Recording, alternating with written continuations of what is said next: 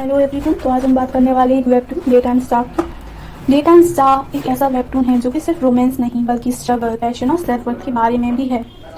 ये कहानी है यूरा हुआंग की, एक टैलेंटेड एक्ट्रेस जो छोटे बैकग्राउंड्स या नेमलेस एक्स्ट्रास रोज करती आई है, पर उसके सपने बहुत बड़े हैं। शोबिज़ का ग्लैमरस साइड तो सब देखते हैं, लेकिन डेट एंड स्टार हमें उस वर्ल्ड का ग्रिटी रियलिस्टिक एंगल दिखाता है जहाँ टैलेंट से ज़्यादा चलते हैं कनेक्शंस, जहाँ हार्डवर्क करने वाले लोग कभी फेमस होंगे उसकी भी कोई गारंटी नहीं होती, और जहाँ कभी कभी स्पॉटलाइट सिर्फ उन लोगों को मिलती है जो उसे डिजर्व तक नहीं करते। यूरा का कैरेक्टर बहुत रिलेटेबल है। वो गिव अप नहीं करती, चाहे कितने भी रिजेक्शन क्यों ना मिले, चाहे कितनी ही बार उसे इग्नोर क्यों ना किया जाए। और जब एक फेमस एक्टर सियोंग कांग उसकी लाइफ में एंटर करता है तब कहानी एक नया मोड़ लेती है, जहाँ करियर, इमोशन और सेल्फ रिस्पेक्ट के बीच एक डेलिकेट बैलेंस बनाना पड़ता है। तो बिना टाइम वेस्ट किए स्टार्ट करते हैं हमारे चैप्टर 1 से। तो हमें पहले पैनल में एक बड़ी सी हाई राइज बिल्डिंग दिखाई जाती है, जहां होस्ट एक्साइटेडली अनाउंस कर रहा है शादी की सारी तैयारियां कंप्लीट हो चुकी हैं और अब हम मिलने वाले हैं आज के स्टार मिस्टर जियोंग वोंग और मिस मिरान मून से। Let's give them a big round of applause. और फिर हमें ग्रूम दिखाया जाता है और वो कोई और नहीं बल्कि हमारी फीमेल लीड यूरा हुआंग का एक्स बॉयफ्रेंड होता है। फिर हमें यूरा दिखाई जाती है जो उसे देखते हुए दिल में सोच रही होती है कि मैं इस धोखेबाज को ऐसे कैसे जाने दूं। और फिर हमें एक फ्लैशबैक दिखाया जाता है जहां यूरा का एक्स बॉयफ्रेंड उसे एक एनवलप देता है। यूरा पूछती है ये क्या है, वो कोल्डली जवाब देता है मैं शादी करने वाला हूँ, मेरे होने वाले फादर इन लॉ एक स्ट्रॉन्ग प्रेसिडेंशियल कैंडिडेट हैं, अब हमारा लेवल कहीं मैच नहीं करता। और फिर वो सरकास्टिकली कहता है मुझे नहीं पता तुम इतनी क्लेवर हो या इतनी स्टूपिड कि तुम्हें कभी शक भी नहीं हुआ कि मैं तुम्हारे कॉल्स क्यों इग्नोर करता था। मैं हमेशा फोटोशूट का एक्सक्यूज देता था, वैसे तुम्हें पता भी कैसे ही होगा क्योंकि तुमने आज तक तो एक भी फोटोशूट नहीं किया होगा, है ना। यूरा थोड़ा स्टडी होके सोचती है मुझे थोड़ा पेशेंस रखना होगा अपने लिए, उसने मुझे सिर्फ यहाँ खाने के लिए ही बुलाया है, तो चलो इसी को उसका लास्ट गिफ्ट समझ के खाना शुरू करती हूँ।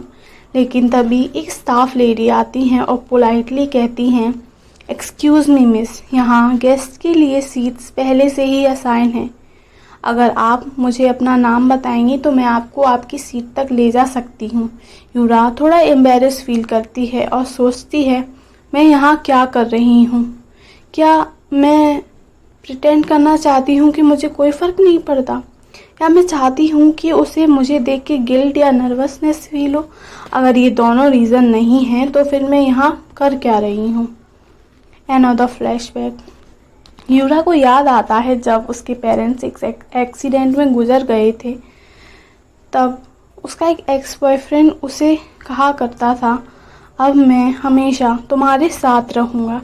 यूरा थोड़ा सोचती है मैं एडमिट तो नहीं करना चाहती, लेकिन मेरे जितना बेवकूफ़ शायद ही कोई और होगा।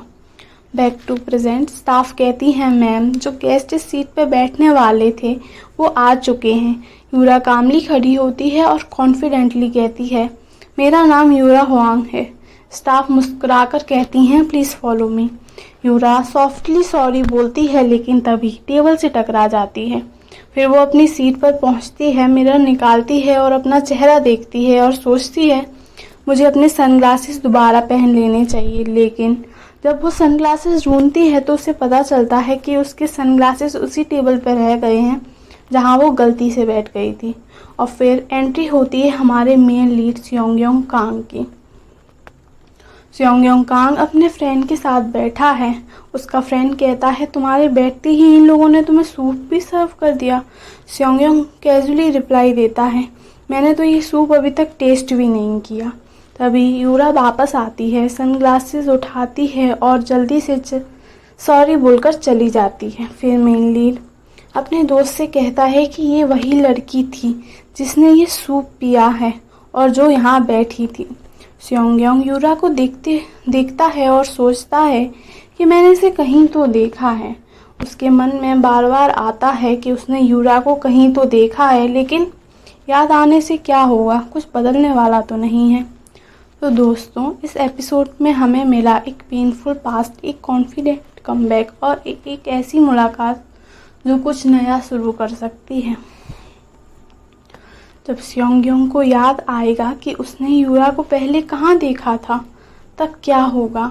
क्या यूरा अपने एक्स बॉयफ्रेंड को सबके सामने एक्सपोज करेगी या फिर अपने गोल्स पे फोकस करेगी और एक नई शुरुआत करेगी? जानने के लिए बने रहिए मेरे साथ और देखते रहिए डे टाइम स्टार। अगर आपको ये एक्सप्लेनेशन पसंद आया हो तो लाइक, कमेंट और सब्सक्राइब करना ना भूलें।